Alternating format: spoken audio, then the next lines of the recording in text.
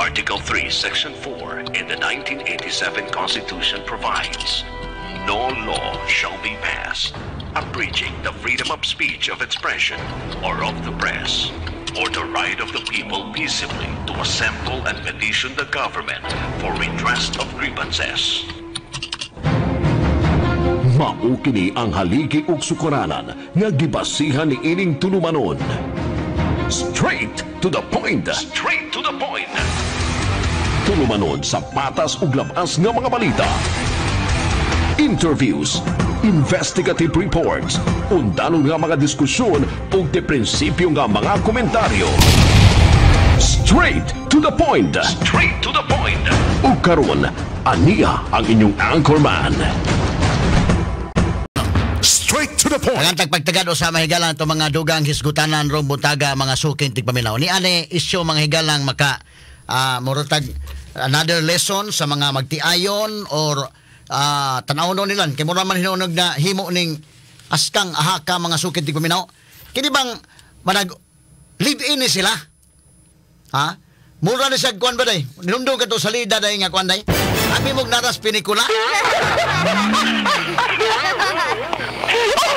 Ang gabi na mong naras pelikula. Nya, karon nagiyahay na sa ron kuan. Ani man hitabo Sila may man nag-live-in. Kininginganlan mga higala og Rinek Caminero. Kini mga Caminero mga higala. Kuan yun mga taga-argaw yun mga sukin tigpaminaw. Kini si Rinek Caminero, trabahante ni mga kahigalaan sa binahan. At trabaho na sa binahan. Nasa ka-live-in. Ang iyang ka-live-in, doon naman din ni uyab kani adto mga sukid tigpaminaw. Doon na say ex. Pero wala na nagtuo sa nga wala gyud to. So sila na maoy-on karon. In fact, nag-live-in sila. Samtang na mo trabaho ni si Rinek sa minahan, tagbaw sa tog mina mga higala sa mga kuan. Ang iyang live-in partner kay gimina man sa gimina sa dahilan sa iyang ex. Mo ni problema lagi mga sukid tigpaminaw mo na kanang kamo bang dunay mga ex din na na mo yung mga existing relationship. Kato nga pas na to na saon taman nya na kay mga kaagi ana di okay na. Ang problema ni ron kay ang iyang ex di ay kasamang Isayas. Silingan naman kung nila kanilang ex. Silingan na nila. So kini in taon mahigala si Rinek inig trabaho to sa binahan, ang iyang silingan mga higala nga ex sa iyang live-in, muukoy day adto sad mga kaigalaan sa ila. Kana mo na problema dako. Diha man gud ang problema dako na mga sukid tigpaminaw kana bang kanang third party ba? Uyab unya. Diha pa gyud sa ila mga higala. Iya naman padidan nga to na. Nga to na si Kwan. Si Rinek to na padong na sa minahan. So wala na diha, nya kining yang live-in, kining yang ka-live-in day mahigala, mura na nanay sa kontrasinya siguro day. Kay igo makatalikod ni mahigala ang iyang live-in partner, kay mo trabaho na sa minahan, muukoy sad ang silingan. Ato lang yung mga higalang kuhan, kaya na naman na krimi na magod ni ron, na dunggaban magod ni mga sukin tigpaminaw god, mo na nga ato lang yung, na kini mahigalang ginganlan og Zinaido Calma. Ang apelido Calma, pero unsa ba nga ang lihok mahigala mo mag-iring sungkabansan.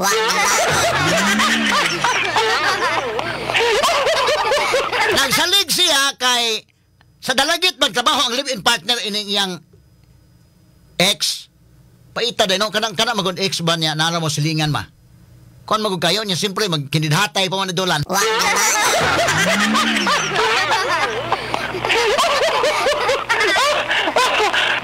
Nya maniid ba lang ang problema ina kay kining ex at kining yang live-in partner kugihan nagtrabaho sa minahan.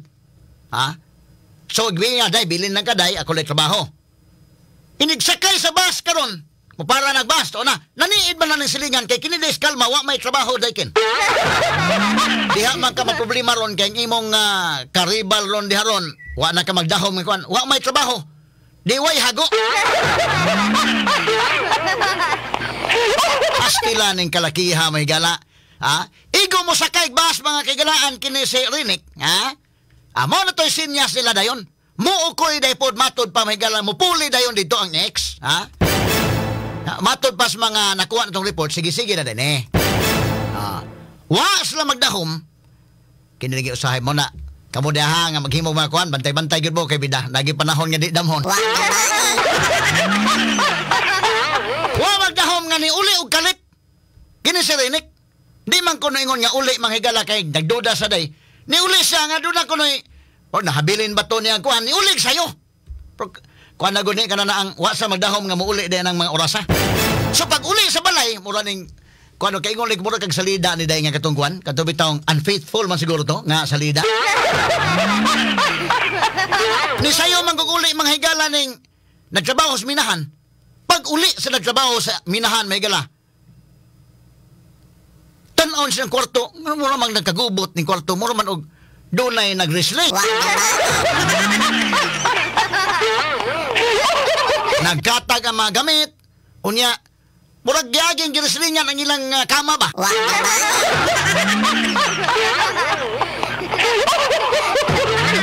Stilang paita mahigala. Naduda na siya, ngano man ni mura mang naagi ang wrestling. Og tungod sa pagduda mahigala, iyang gisiksik ang kwarto paglili dito sa katre. Dito man mga higalay lalaki. Ang ex-man, ang ex-boyfriend man mga kaiglaan sa iyang live-in. Di perting ni silaob, ha? Ni silaob mahigala, ha? Sa kwan, ha? Ni silaob ang iyang kasuko. Siyempre kinay lalaki na nasuod karon sa man nimo na pagkatarungan ron. Kanong ni amang kadigib. Sus hinay kan lang. Sa dehang na hinay ka na dunggaban niya, tungod siyang kalagot. Kasabot na siya sa iyang gibati na kin. Kasabot siya siyang gibati. Suko kay siya, og iyang nadunggaban. Kini si Sinaydo Kalma. Nadunggaban si Sinaydo mga kaigalaan, ugon niya, may gani kay naka-eskapo siya. Ni ambak sa bintana, matod pa gini si Sinaydo. Ato na agay kita katawa, porbida. Nya gitabangan na sa mga silingan, nada karon sa Isidro Quintanar Memorial Hospital. Kaya dito man ay mahitabo mga kaigalaan sa Argao God. Yan ang mao sitwasyon. So tuwa, nada. Karon pagkada kay delikado maghintang. To man, kay nadunggaban lagilan.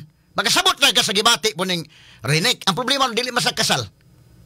Attorney Jan Kagulada, niya na alegre na ning dagaan na ron. Unsaon ni kinini ang pagkalakis balaod na ni ron, no? Unsaon na ni ron kay di masag kasal. Unsa may dipinsa ni ron? Ang mga naminaw na turo mga abogado o mga law students. Nakaron pagdunggab na dunggaban man samad. Nakaambak. Naka-eskapo, gitabangan sa mga silingan o gida sa ospital. Unsaon man ni ron. So away po silang duha. Pag-away nila ron, ang babae mo niya, nakadunggab ka.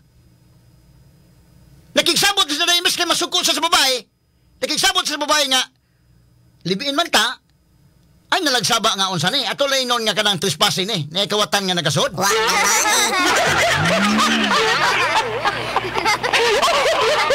Imbes masuko sa bayo dai sa babae, nabutang mablackmail sa babae pod. Nya suko-suko ka karon, kadunggab na ba ka? Kriminal na ba? Nakisabot sa babae na ay nagsaba day nga kunday atulay nun day nga trespassing ni day.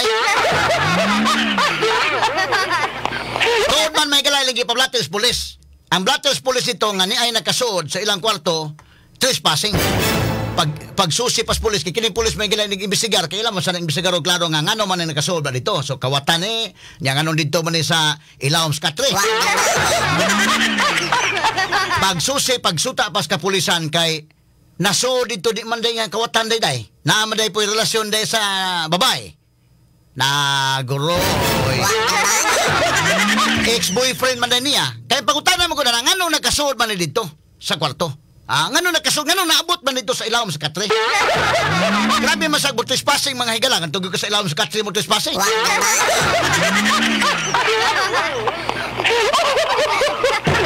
Kanay tabo mga sukit tigpaminaw kay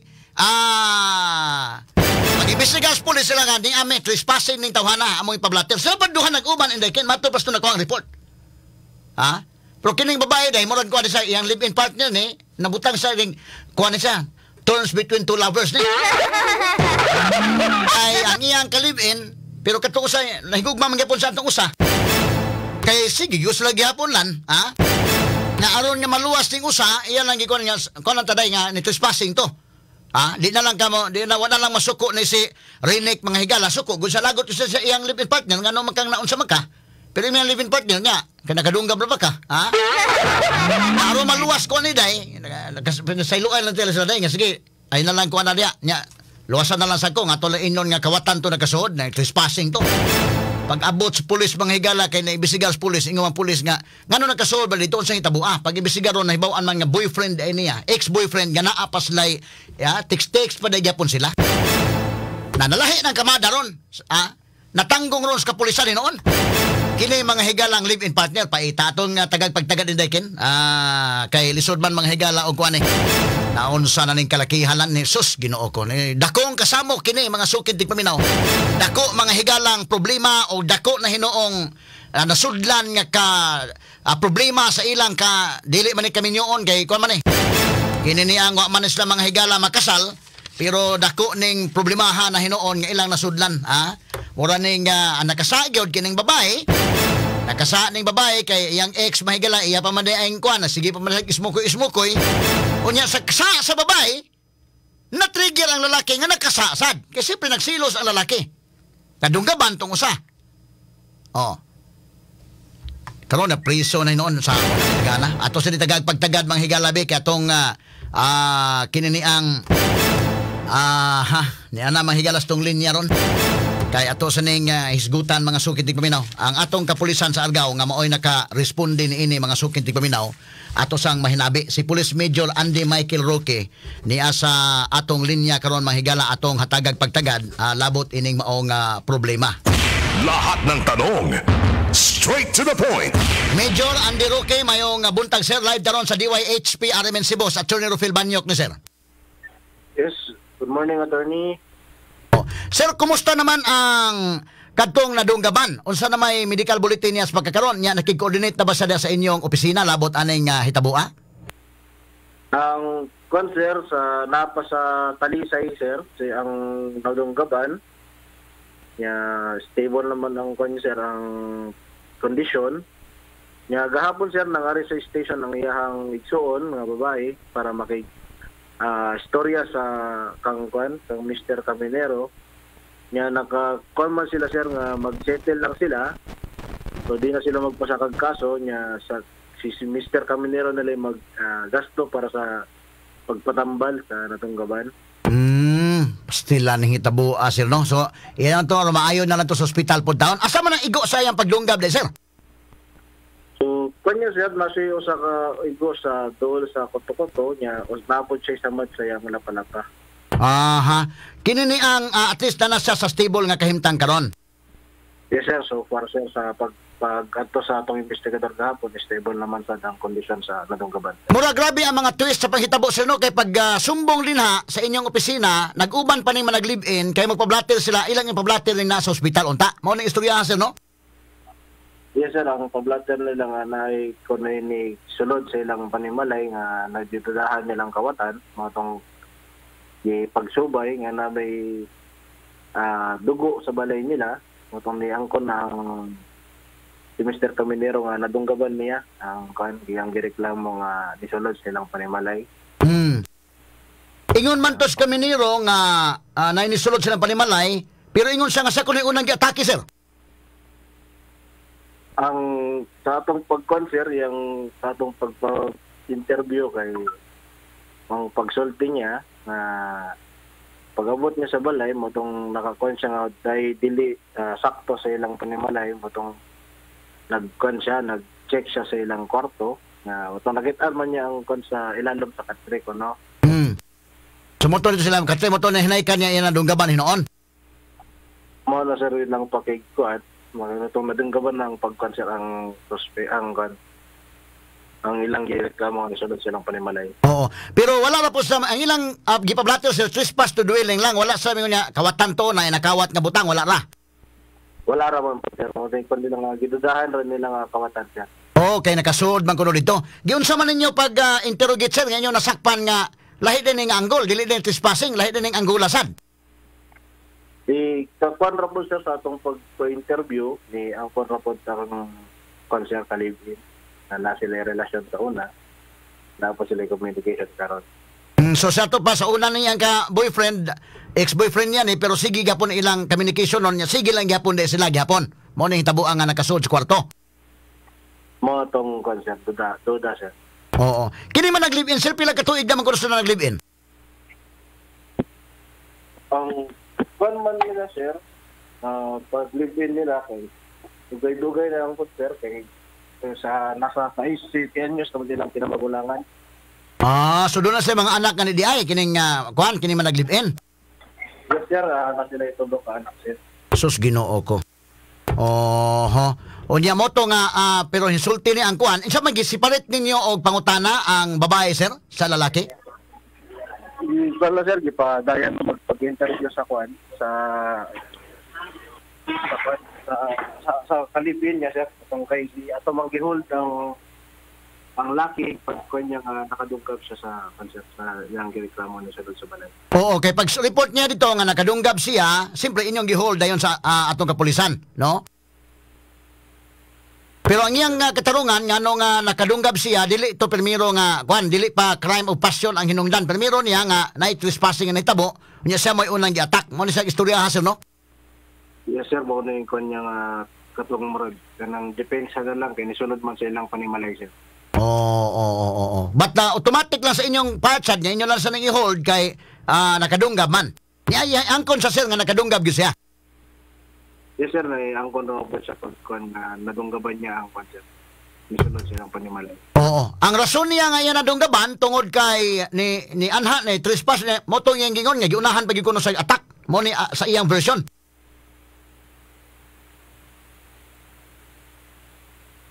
Wala mo ka sa interview sir nga ang kwanta man niya nga nasusulod sa balay mo tong gikuan niya nga madunggab kuan niya sir. Moto yan nadunggaban. Para depensa na. O sa man ni sir kanang tugo ulan sa balay sir kanang managsilingan na gyud sa diha. Sa katong yan nadunggaban, iya lagi na silingan ang ex sa iyang live-in partner. Parehas naman nga sa barangay Tulik ang mga konser ang si Mr. Caminero ug si Mr. Calma. So narapod sa dulo ang mga balay siya. Aha, okay. So sige, so mo na ni siyang hitabua sir. Kamo po sa part sa inyong habig sa dili na lang mo pasakag kaso aning nakadunggab kay murag magsitol man ka sila. Yes sir, nagsabot man sila nga dili na magpasakag kaso sa pagsulod sa panimalay niya ang parte sa dunggawa sa di na po sila magpasakag kaso sa pagkadunggab basta makuan lang ilang pagpatambal sir. Moro to ilang gipangayo nga patambalan lang nya maayo na to siya okay na ana na lang. Unsa may mong gitambag sir sa manag live-in og labi na katong babae taon nga mao man ni naka-trigger sa tanan katong iyang live-in partner nga babae.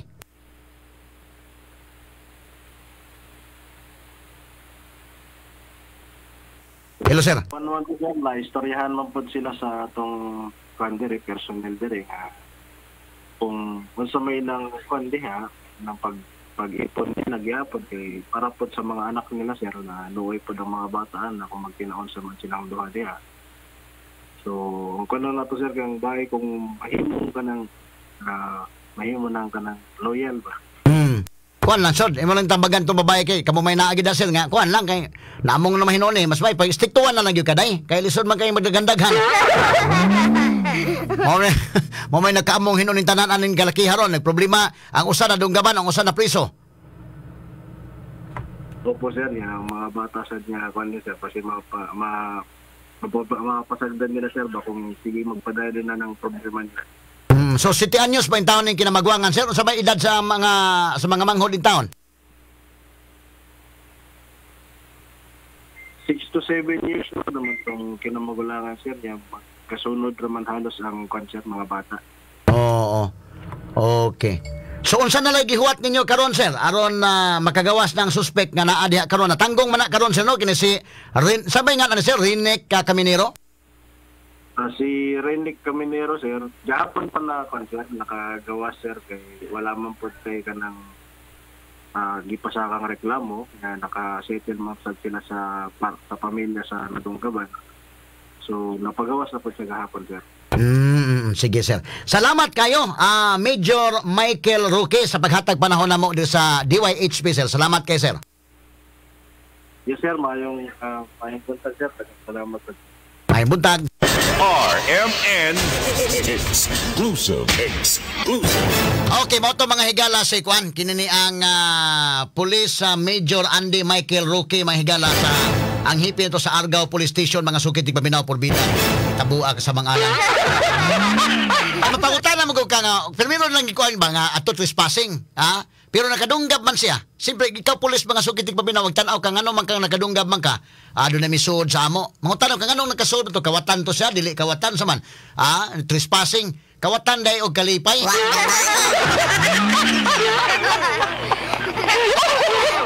Isa ako man ano pagkaitabuan ron, ha? So nagkasnabot na sa sitol lang sila, dapaita nilan. So naging mga balatian na nga perting ko na yun. Lungot-lungot magiging siya. Siyempre kato mga higala ng itabuan, nadunggaban ni mga higala, bisan siguro kinsay ibutang sa sitwasyon, butang ni mo sitwasyon ko lubi, ikaw ng live-in partner, dili mo minyo, pero live-in mo. Common law kan mo, common law wife, common law husband, couple mo duha. Siyempre na ang panagsilos anaron. Unya na mo mga anak, tulo. Pag uli ni mo karon, sa maning kalandlakas maning balay mo na mag-giagian gyud doon na ginagkuan.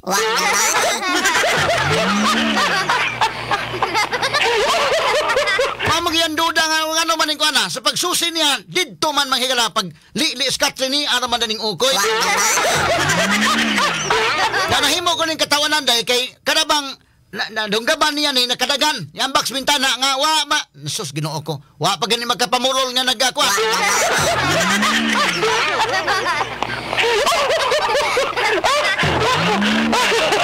Ang box bintana wa pa magkasulod sa purol. Wa gaba.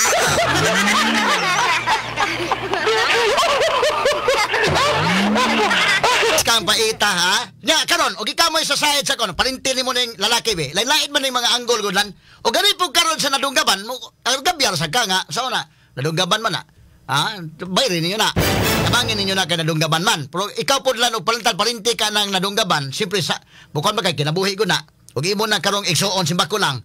Imo po nang kunon nga tambali lan ni. Bayrin mi ani nga matambalan ni, nga mabuhi ni. Pero mo san tabagan pagtan imo na igsuon nga noy kanang ay nagpang hungkab sunod noy. Ayaw lagi pangilog ng kalipay sa uban lagi. Kadto mga palinte siyempre maglabanay naman guna indayken. Labi pa ning Argao mahigala niya. Kuan guni kinini ang nanay mga higala libet tos baryo. Kay naaman ni mga kagalaan mahimutang sa barangay Tulik, lungsod sa Argao. Nya kana mga tao diya magkailar man na. Tambagin ninyo ng mga kuan na, magtinambagay lang tingali, Di na madagwan in the airway, pre-over.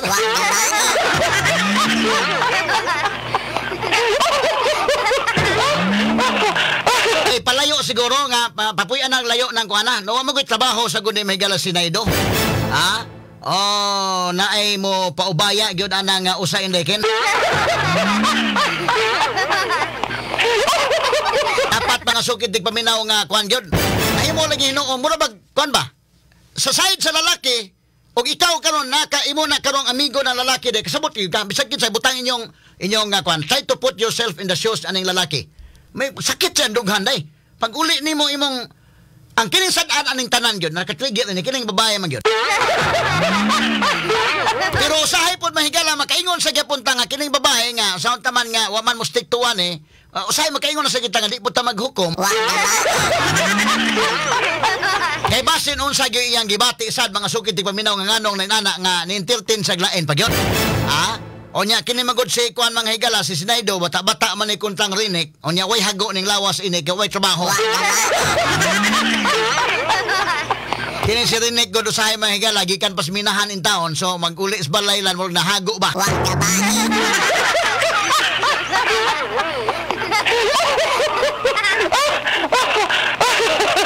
Napagi ko no say feelings ko no. Niya may ni text na to mga higala naapagid sa feeling sa iyahang ex-boyfriend kay matod pas panultihon nga love is sweeter the second time around.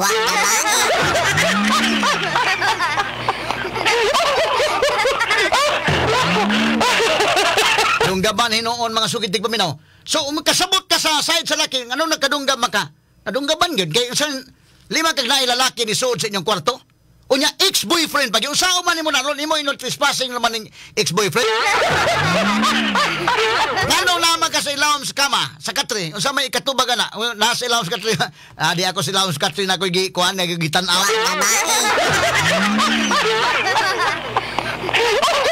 Ni ana mga higalang kadlawon dako mga sukid tigpaminaw kay nahitabo ning insidente mga higala alauna mas kadlawon ang masagi mo inon nga nakoy gipaayo nagkuandong kanang nana sa dadong kay kana na ang ako ng ex-boyfriend akong gipatabag paayo sa kuan mga wirings.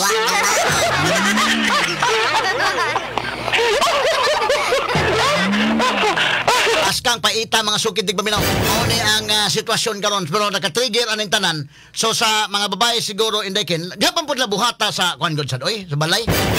Grabihan naman sad gyud kayo, kuan insulto sad kayo ba in the part mahigala sa niining Rinik. Nga diha pa gyud mga higala sa ilang gipuy-an, diha pud niya mga higala himuan ning kuan. Kaya nga man og mingon lang to nga nagkuan lang. Ang magmingon nga nagrosaryo ra na sa ilawom sa katre.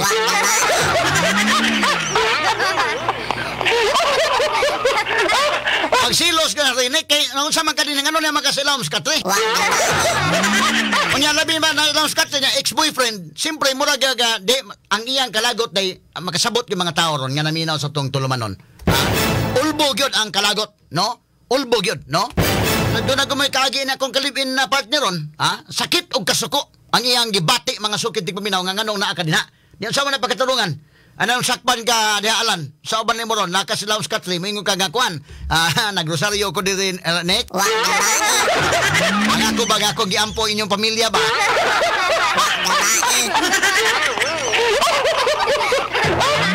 gano na magkasilaw sa katri kuan nek kana nagampo ko sa alas inyong pamilya ba nga magkayusa ta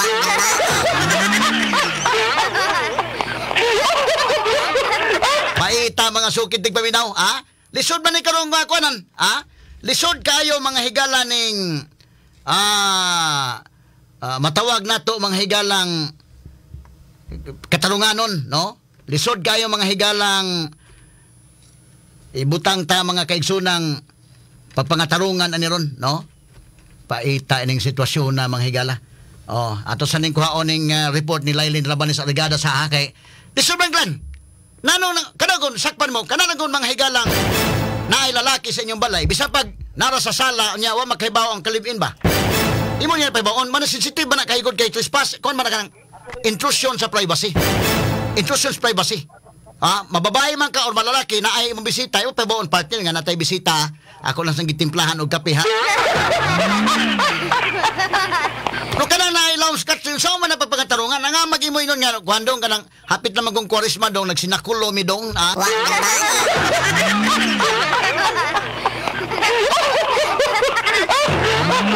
Yan naman ko sa kanini ang kwarisma ba unya kinini ang naay kay mga tulumanon lagi ning Passion of the Christ.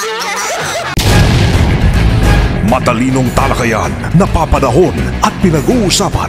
Dito diretsahan, walang paligoy-ligoy, walang bulahan. Straight to the point. Mas malamang usapan, mas mabusising talakayan, komentaryong mas mauunawaan. Straight to the point. Tata, RMN, radyo mo nationwide.